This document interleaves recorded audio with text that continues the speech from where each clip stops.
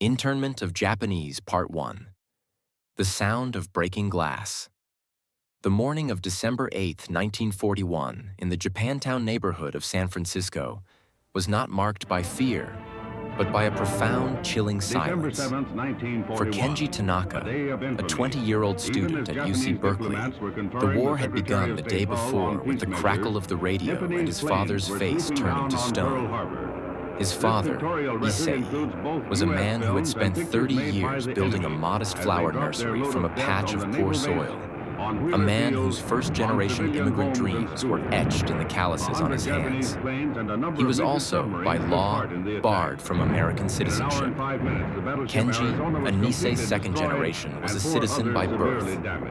He spoke flawless, unaccented English, loved jazz, played shortstop for a local team, and had a photo of Joe DiMaggio tucked into his calculus textbook. He felt, with the unshakable certainty of youth, as American as any of his classmates. That certainty began to dissolve on the morning of the 8th. The silence outside was different. The usual friendly bustle of the neighborhood, the chatter of vendors, the sound of his younger sister Emiko's jump rope on the sidewalk. All were absent, swallowed by a watchful, oppressive quiet. The first sign was a rock. It came through the front window of the Tanaka Flower Market just after noon, shattering the glass pane that proudly displayed his father's prize orchids. It was not followed by a shout or a curse, just the stark, violent sound of breaking glass and the tinkling of shards on the wooden floor. Kenji and his father rushed to the front. Lodged among the ruined blossoms was not just a rock, but a hastily scrawled note. "Go home, Japs." Kenji stared at the words, a hot shame and a colder fury rising in his chest. This was his home, the nursery, this neighborhood, this country. His father said nothing. He simply bent down, his movements stiff, and began to pick up the pieces of glass, his head bowed as if under a physical weight. The following weeks were a descent into a nightmare of slow-motion alienation. The newspapers, once merely sensational, became rabid. Editorial cartoons depicted Japanese Americans with grotesque simian features, clutching bombs. Columnists like Henry McLemore wrote, "I am for the immediate removal of every Japanese on the West Coast to a point deep in the interior. Let him be pinched, hurt, hungry." Radio commentators spewed a steady stream of suspicion. Former friends and customers on the white side of town averted their eyes. The FBI, which had been compiling lists for years, began sweeping through Japantown, taking Issei community leaders, the pastors, the language school teachers, the business association heads away in the night. Kenji's uncle, a gentleman who ran a bookstore, was taken because he had once donated to a charity that sent aid to Japan after an earthquake in the 1930s. No charges were filed, no explanations given. "Enemy alien," they said. Then the posters appeared. In late February 1942, they were plastered on telephone poles, in post office windows, on the boarded-up front of the Tanaka Market. They were headed Public Proclamation No. 1 and bore the authority of the Western Defense Command and the name of Lieutenant General John L. DeWitt. The language was dry, legalistic, and utterly terrifying. It declared Military Area No. 1, encompassing the entire western half of Washington, Oregon, California, and southern Arizona. It stated that all persons of Japanese ancestry, both alien and non-alien, would be subject to a curfew, travel restrictions, and exclusion. Non-alien, Kenji spat, reading it aloud to his family in their hushed living room. His mother clutched a handkerchief. Emiko, 12, trembled. "They can't even call us citizens. Non-alien." The word stripped him of his identity, reducing him to a negative, a non-thing. General DeWitt's now infamous rationale, given in private but soon leaking everywhere, became the grim mantra of their fate. A Jap's a Jap. It makes no difference whether he is an American citizen or not. The final blow came in the form of Civilian Exclusion Order No. 19. It was a specific, merciless directive aimed at their neighborhood. It gave them 1 week, 1 week to dispose of everything they could not carry.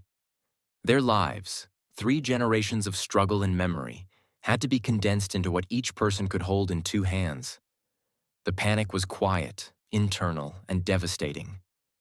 Kenji's father moved through the days like a ghost. The nursery, his life's work, was unsellable. Who would buy from a Jap? He was forced to sell the land, the greenhouses, the truck, to a white businessman for a fraction of its worth. Neighbors, in gestures of heartbreaking kindness and heartbreaking cruelty, offered pennies for precious family heirlooms. A carved tansu chest, kimonos brought from Japan by Kenji's grandmother, his mother's good china. Some friends, like Mr. Henderson, their longtime supplier of potting soil, stored a few boxes in his basement, a risky act of courage. But most possessions were simply left behind, abandoned to fate and looters. On the final morning, the Tanaka family stood on the sidewalk with their numbered tags pinned to their coats, each holding a single suitcase. Kenji's contained 2 changes of clothes, his calculus book and his baseball glove. He looked back at the house, the nursery, the shattered window now boarded up. His American identity, once as natural as breathing, felt like a canceled contract. He was no longer Kenji Tanaka, student, shortstop, citizen. He was family number 13472, a non-alien, a problem to be solved. A military truck rumbled to a stop, and a young soldier, looking embarrassed but resolute, gestured for them to climb in. As the truck pulled away from the curb, Kenji saw the world he knew recede into a past that already felt like someone else's story. They were not being taken to a place. They were being erased from one. Part 2. The City of Dust. The journey was a disorienting, shameful cattle car ride, blinds drawn under armed guard. When the train finally stopped and the doors slid open, the light that flooded in was blinding and alien. They stood on a wooden platform in the middle of nowhere, California. The air was hot, dry, and tasted of dust.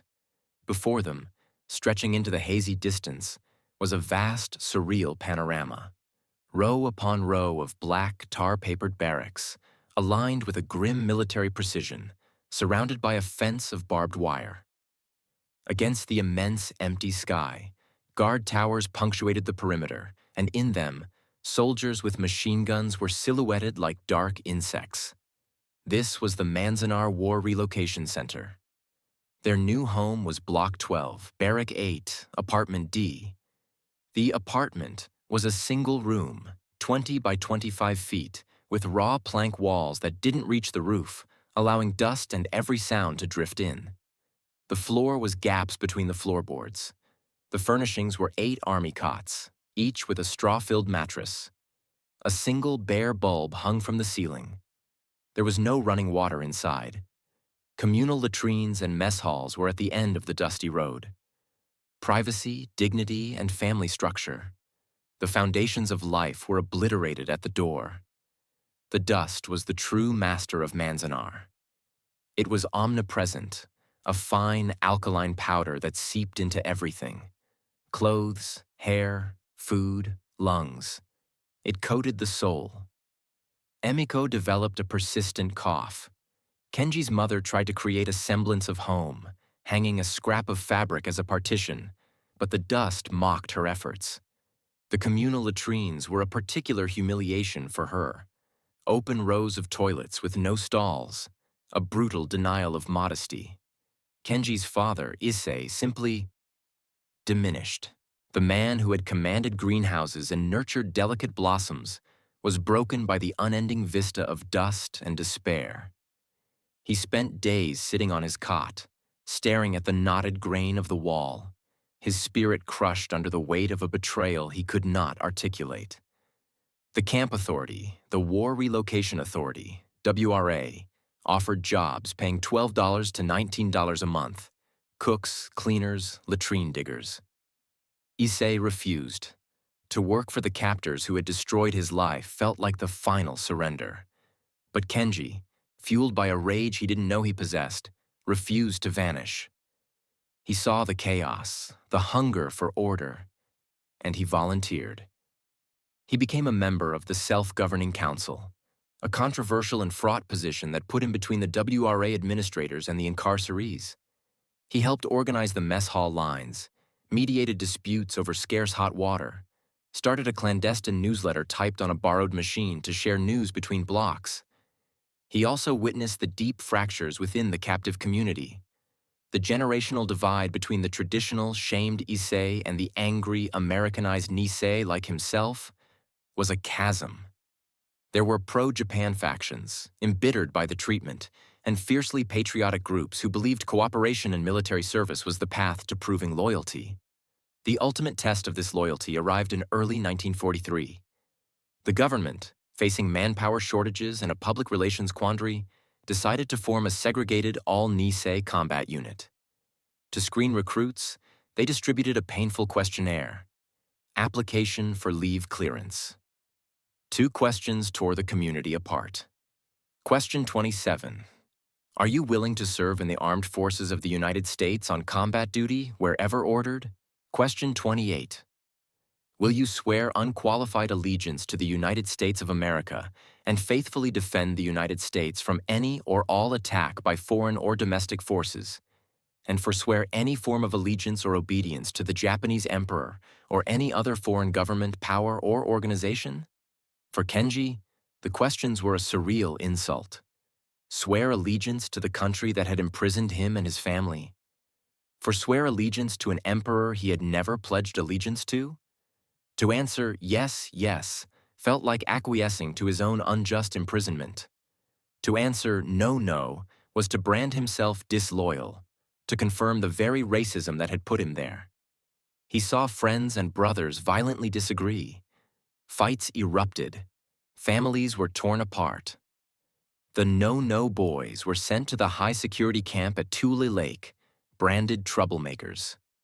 The yes boys, including some of Kenji's closest friends, volunteered for the 432nd Regimental Combat Team, eager to prove their patriotism with blood. Kenji, after nights of anguished debate with his silent father and weeping mother, answered, yes, but not to prove anything. He did it because, in the deepest part of himself, despite the wire, the towers, the dust, he still believed in the America of the Constitution, the America that he felt in his bones was being violated. He would not let them define him as the enemy. His fight for that America, he decided, was not on some battlefield in Europe, but right here, in the city of dust. He would bear witness, he would survive, and he would remember. Part 3. The Unquiet Return. The war ended in August 1945, but freedom did not arrive with the news. For the inmates of Manzanar, the announcement brought a new wave of anxiety. The camps were to be closed. They were given $25 and a train ticket to the place they had called home. They were being released back into the country that had rejected them, with nothing. The Tanaka family stood again on a platform, this time in a battered bus depot in San Francisco. The $25 was already half gone. They had no home, no business, no savings. The hostility in the air was less violent but no less palpable than in 1942. No Japs allowed signs were still in some store windows. Landlords suddenly had no vacancies when they saw their faces. Former neighbors were cold, or worse, actively hostile, having taken over their properties and businesses. They were ghosts trying to reclaim a world that had ruthlessly moved on without them. They found temporary shelter in a hostel run by a Quaker charity, a cramped room shared with 2 other families. Issei Tanaka, already a ghost of his former self, seemed to dissolve entirely in this new, hostile freedom. The spark that had finally been extinguished in the camp now left only ash. He took to sitting by the window, staring at a city that no longer had a place for him. He died quietly of pneumonia that winter, a doctor said, but Kenji knew it was of a broken heart, a casualty of the war as surely as any soldier on Iwo Jima. Kenji, now the head of the family at 24 but feeling decades older, faced a choice: bitterness or building. The fury he had harnessed in Manzanar now hardened into a cold, steely resolve. He would not be defeated. Using his wits and the sheer force of his will, he found a job not as a florist, but as a night janitor in a large office building. He saved every penny. He enrolled in night school. He refused to hide. When asked about the war, he would say calmly, "I served on the home front, behind barbed wire." His sister Emiko, who had spent her formative years in the camp, struggled more deeply. She was caught between two worlds, belonging to neither, carrying a shame she did not earn. Kenji fought for her too, insisting she finish school, shielding her from the worst of the prejudice. The trauma was a silent passenger in their lives, a shadow that lengthened at certain times of the year, or at the sound of a slamming door. The nation, eager to celebrate its triumph and move into the prosperous 1950s, buried the memory of the camps. It was an uncomfortable footnote, an unfortunate necessity in the grand narrative of the good war. The Japanese-American community itself, in a desperate bid for assimilation and acceptance, often urged silence. "Shikata ga nai," they said, "it cannot be helped. Don't make waves."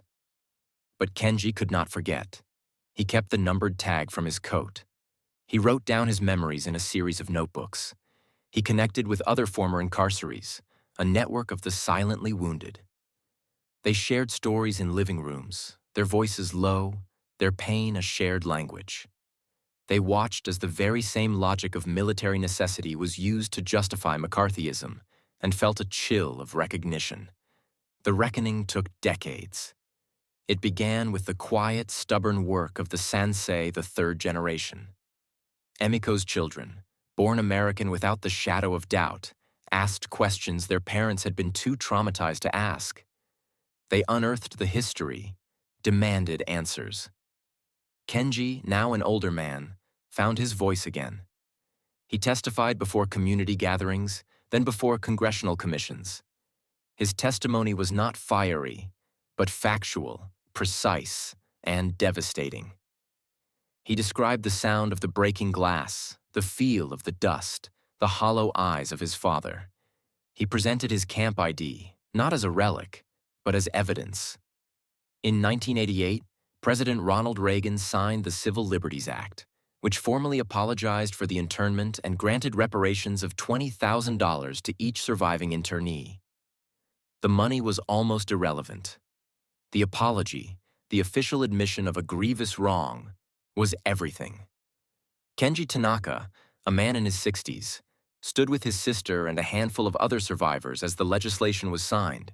He did not cheer. He wept, quietly, for his father, for his lost youth, for the country that had finally, belatedly, chosen to remember its better self. The legacy of the camps was not just a lesson in wartime hysteria and racism. It was a permanent scar on the American conscience, a chilling reminder of how quickly the Constitution can be suspended for an other. For Kenji, the fight was never truly over. He spent his remaining years speaking at schools, a living primary source. "It happened once," he would tell the wide-eyed students, "and the only vaccine against it happening again is your memory, your vigilance, your refusal to let fear paint a face on the enemy." He had been that face. He had lived in the city of dust so that they would never have to. His patriotism, forged in the crucible of injustice, was not a blind loyalty to the nation's actions, but a fierce, enduring loyalty to its highest, most fragile ideals.